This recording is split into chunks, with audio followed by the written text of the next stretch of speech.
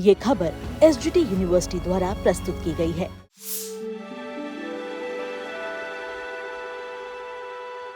रक्षाबंधन सिर्फ भाई बहन के प्रेम और विश्वास का पर्व नहीं, बल्कि इससे जुड़ी कई परंपराओं के पीछे धार्मिक मान्यताएं भी बताई जाती है।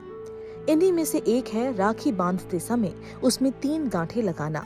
इस साल रक्षाबंधन का पर्व 28 अगस्त को मनाया जाएगा। इस दिन बहन भाई की कलाई पर राखी बांधती है, तिलक करती है और उसकी लंबी आयु, अच्छे स्वास्थ्य और सुख समृद्धि की कामना करती है। लेकिन क्या आपने कभी सोचा है कि राखी में 3 गांठें ही क्यों लगाई जाती है? एस्ट्रो पत्री के श्री चंद्रेश शर्मा के अनुसार रक्षा सूत्र में 3 गांठें लगाने का शास्त्रीय विधान बताया गया है।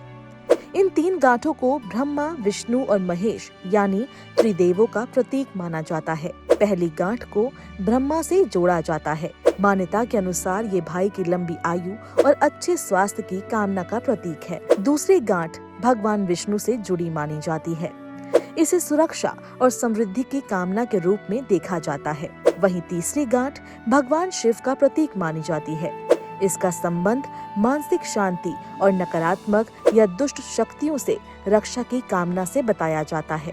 लेकिन तीनों गांठों की व्याख्या सिर्फ त्रिदेवों तक ही सीमित नहीं मानी जाती। धार्मिक मान्यता के अनुसार इन्हें नवग्रहों के अशुभ प्रभाव को शांत करने और जीवन के 3 पुरुषार्थों धर्म, अर्थ और काम के संतुलन से भी जोड़ा जाता है। राखी बांधते समय कुछ बातों का ध्यान रखने की भी धार्मिक मान्यता है। सबसे पहले राखी भद्राकाल में नहीं बांधनी चाहिए और इसके लिए शुभ मुहूर्त को प्राथमिकता दी जाती है। इसके अलावा इस परंपरा के अनुसार राखी बंधवाते समय भाई और बहन को काले रंग के कपड़े पहनने से बचना चाहिए, क्योंकि धार्मिक मान्यता में काले रंग को नकारात्मक ऊर्जा से जोड़ा जाता है। वास्तु संबंधी मान्यता के अनुसार राखी बांधते समय भाई का मुख पूर्व या उत्तर दिशा की ओर होना शुभ माना जाता है, जबकि बहन का मुख पश्चिम या दक्षिण दिशा की ओर रखने की बात कही गई है।